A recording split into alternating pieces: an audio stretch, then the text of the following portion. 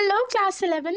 आज हम शुरू करेंगे आपकी स्नैपशॉट्स बुक का 4th chapter birth. So come on, let's get going.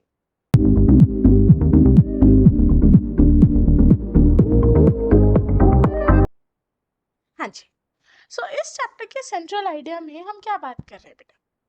In this excerpt from the Citadel, Andrew Manson उस डॉक्टर का नाम है जो अभी अभी मेडिकल स्कूल से निकला है एंड उसने अपनी मेडिकल प्रैक्टिस शुरू की है as an assistant to doctor Edward page.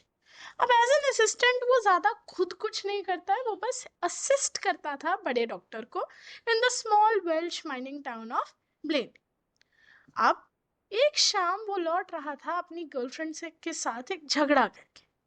खैर, क्रिस्टीन से उसकी थोड़ी बहस हो गई तो अब वो घर लौट रहा था और उसके घर के बाहर उसे मिला जो मॉर्गन। जो और उसकी वाइफ, कई साल हो गए उनकी शादी को, लगभग 20 साल, लेकिन उनका अब जाके फर्स्ट बेबी होने वाला था। सो कैसे एंड्रयू मैनसन उस कपल की लाइफ में एक मिराकुलस रोल प्ले करेगा, इस चैप्टर में हम वो देखेंगे। सो सेंट्रल आइडिया से ही हमें कैरेक्टर्स के बारे में पता चल चुका है। पहले है एंड्रयू मैनसन खुद, दूसरे जो मॉर्गन एंड उनकी वाइफ सूजन मॉर्गन, और इस चैप्टर में एक और कैरेक्टर है जो है मिसेस मॉर्गन की mother.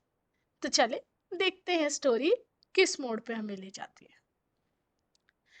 Though it was nearly midnight when Andrew reached Rhine-Gower, उसे मिला जो मॉर्गन, जो उसके घर के बाहर इंतजार कर रहा था, walking up and down with short steps between the closed surgery and the entrance to the house. उसके घर और रोड के बीच वो बस चले जा रहा था डॉक्टर की इंतजार में। एंड जैसे ही उस बर्ली ड्रिलर ने देखा डॉक्टर को, उसके चैन की सांस आई। Doctor, I am so glad to see you. मेरे को आपको देख के बहुत खुशी हो रही है। I have been back and forward here this last hour. मैं 1 घंटे से आपका इंतजार कर रहा हूँ। The missus wants here before time too, मतलब मेरी वाइफ, उसको आपकी हेल्प की जरूरत है। आई थिंक बेबी जल्दी आ रहा है। सो एंड्रयू अब्रप्टली, उसका ऑब्वियसली उसकी लड़ाई हुई है अपनी गर्लफ्रेंड से, तो उसका दिमाग अभी ठीक जगह पे नहीं था, लेकिन बीइंग अ डॉक्टर उसकी पहली रिस्पॉन्सिबिलिटी अपने पेशेंट्स की तरफ है। So he abruptly recalled from the contemplation of his own affairs. उसके दिमाग में जो अपने ही ख्याल चल रहे थे वो उनसे बाहर आता और मॉर्गन को बोलता है कि रुको। वो अंदर जाता है, अपना बैग लेता है और दोनों निकल पड़ते हैं टू नंबर 12 लेना टेरेस। ये था मॉर्गन्स का घर। उस दिन नाइट एयर एकदम ठंडी और डीप थी एंड एक अलग सी मिस्ट्री थी उस हवा में। यूजुअली सो परसेप्टिव, एंड्रयू उस दिन बहुत ज्यादा डल और लिस्टलेस फील कर रहा था। मतलब he was not in the right zone. He had no premonition that this night call would prove unusual. उसे लगा भी नहीं था कि ये नाइट कॉल उसकी लाइफ में एक बहुत बड़ा रोल प्ले करेगी। Still less that it would influence his whole future in Blaley। यानी उस रात कुछ ऐसा होने वाला था जिससे एंड्रयू मेंसन का पूरा फ्यूचर उस सिटी में बदलने वाला था। खैर, the two man walked in silence और वो पहुंचे डोर नंबर 12 की तरफ। देन जो दरवाजे पे ही रुक गया। वो कहता है डॉक्टर को, आई will not come in Andrew, मतलब मैं अंदर नहीं आऊंगा एंड्रयू, मतलब मुझे थोड़ा स्ट्रेस है, but man I know you will do well for us. तो उसको बहुत ज्यादा होप थी एंड्रयू में और वो कहता है मुझे पूरा यकीन है तुम हमारे लिए सब अच्छा कर। अब एंड्रयू पे प्रेशर बिल्डअप होता हुआ, खैर, वो अंदर चला घर के। इनसाइड एक नैरो स्टेयर थी जो उन्हें एक छोटे बेडरूम की तरफ ले गई। बेडरूम साफ था बट पोअरली फर्निश्ड एंड वहां पे सिर्फ एक छोटा सा ऑयल लैम्प जल रहा था। वहां पे मिसेस मॉर्गन की मदर, एक टॉल ग्रे हेयर्ड वुमन बैठी थी ऑफ नियरली 70, एंड एक स्टाउट एल्डरली मिडवाइफ जो बहुत ज्यादा वेट कर रही थी पेशेंट के पास बैठ के एक डॉक्टर का।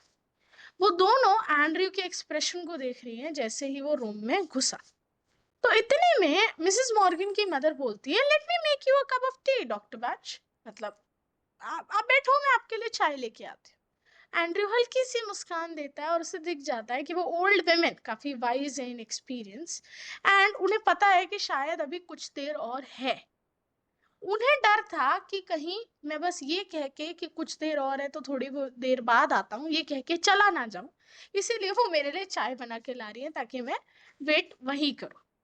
तो मैं उन्हें दिलासा देता हूँ दैट डोंट फ्रेट मदर, आप टेंशन मत लो, I will not run away, मैं कहीं नहीं जाऊंगा यहाँ से। खैर, डाउन इन द किचन वो जाके चाय पीता है। ओवररॉट एज ही वाज, मतलब उसके माइंड में काफी सारे थॉट्स एक साथ चल रहे थे, और वो कहता है he knew he could not snatch even an hour sleep if he went home. उसे केस देख के समझ आ गया था कि उसे 1 घंटे की भी नींद नसीब नहीं होगी अगर वो घर चला जाए।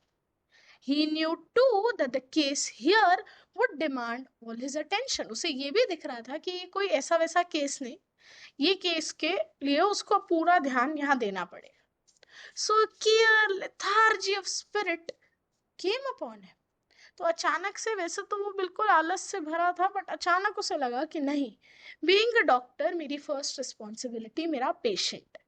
तो उसने डिसाइड किया to remain until everything was over, जब तक बेबी डिलीवर नहीं हो जाता वो वहीं रुके। 1 घंटे बाद वो वापस ऊपर गया, देखा क्या प्रोग्रेस हुई और फिर नीचे आ गया।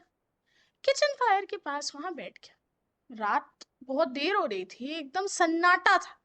इट वॉज स्टिल, सिर्फ सिंडर जो जल रहा था इन द ग्रेट, और वॉल क्लॉक की वो जो स्लो टिक टॉक थी उसकी आवाज आ रही थी। नहीं, एक और आवाज और थी, the beat of Morgan's footstep, जब वो स्ट्रीट में अंदर बाहर चल रहा था। तो वो जो ओल्ड वुमेन थी ऑपोजिट हिम, वो ब्लैक ड्रेस में बैठी हैं, ज्यादा हिलडुल नहीं रही, लेकिन उनकी आंखें एकदम अलाइव है, एकदम वाइज, मतलब उनका एक्सपीरियंस, वो देख रही है अपनी बेटी को और उस डॉक्टर को ध्यान से कि भाई जाइयो मत, मेरे बच्चे की हालत ठीक नहीं है। उसके थॉट्स एंड्रयू के बहुत ज्यादा हैवी थे, वो बहुत ज्यादा कंफ्यूज्ड था, क्योंकि अभी अभी जो उसके साथ कार्डिफ स्टेशन पे हुआ वो चीज उसको बहुत ज्यादा हर्ट करी थी। इट ऑब्सेस्ड हिम कि ये क्या हो गया। वो इतने में अपने एक दोस्त ब्रैमवेल के बारे में सोचने लगा, जिसने फुलिशली अपना पूरा टाइम एफर्ट एक विमेन के पीछे लगाया, लेकिन वो विमेन उसे छोड़ के चली गई। दूसरा, वो एडवर्ड पीच के बारे में सोचता है, जो एक श्रूइश, बहुत ही कनिंग क्रूअल बंदी के साथ फंस गया। डेनी, जो शादी के बाद अपनी बीवी से अलग रह रहा है और बहुत ज्यादा परेशान है। तो ये सारे इंस्टेंसेस जो उसके आसपास हुए told him that all these marriages were dismal failures.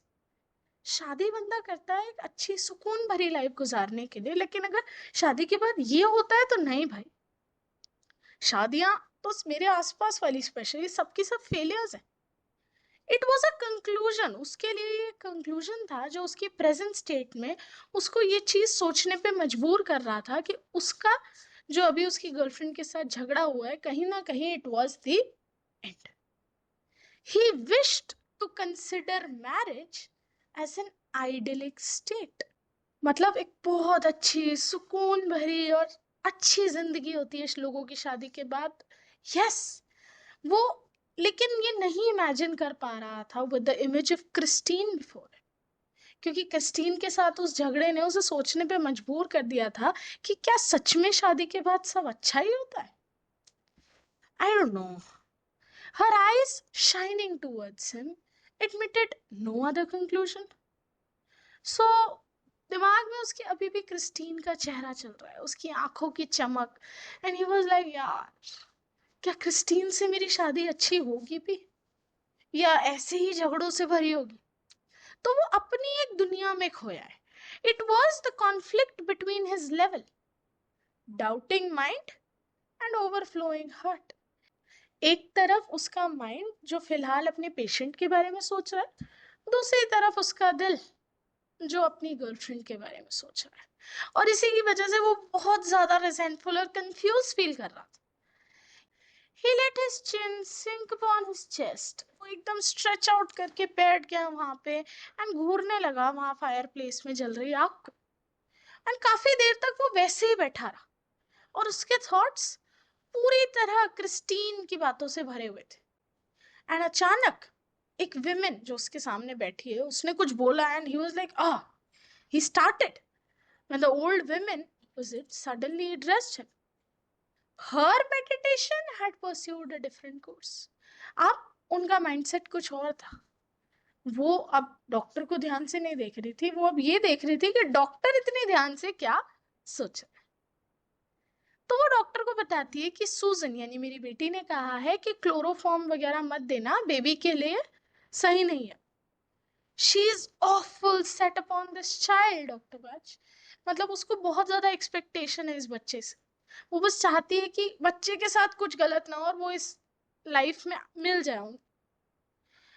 Her old eyes warmed at a sudden thought. एकदम लो टोन में वो बोलती है, ah, we all are, I fancy, इस बच्चे से हम सबको बहुत ज्यादा हो। तो उस डॉक्टर ने सोचा कि भाई इस वक्त अपने दिल को जरा साइड रखो, उन थॉट्स को जरा दूर रखो एंड फिलहाल पूरा का पूरा फोकस बेबी और उसकी मदर को दो। तो वो उन्हें समझाता है, it won't do any harm the anaesthetic, anaesthetic से बेबी को कोई हार्म नहीं होगा, they will be all right, वो बिल्कुल ठीक रहेंगे। And here the nurse's voice was heard calling from the top landing. अचानक ऊपर बैठी मिडवाइफ उन्हें बुलाती है। एंड्रयू घड़ी को देखता है और वो समझ जाता है कि वक्त हो गया है। इट इज 3:30 एंड अब शायद बेबी को डिलीवर करने का टाइम है। He rose and went up to the bedroom. He perceived कि अब उसे अपना काम शुरू करना है। 1 घंटा बीत जाता है, बहुत लंबा हार्श स्ट्रगल होता है। एंड देन जैसे ही पहली सूरज की किरण निकलती है past the broken edges of the blind, वो बच्चा डिलीवर कर देता है।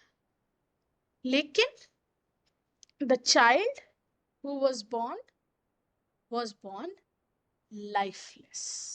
वो बच्चा मरा हुआ पैदा होता है। एंड ये क्या हुआ? क्या एंड्रयू के थॉट्स ओवर पावर कर गए उसके एफर्ट्स को, या मॉर्गन्स की किस्मत में बेबी का होना लिखा ही नहीं था? अब आगे क्या होगा? क्या एंड्रयू वहीं का वहीं गिव अप कर देगा और कह देगा सॉरी, या वो अपनी तरफ से एक लास्ट कोशिश करके देखेगा उस बच्चे की जान वापस लाने की? ये सब हम जानेंगे इस चैप्टर के अगले पार्ट्स में। तब तक के लिए बाय बाय, कीप थिंकिंग।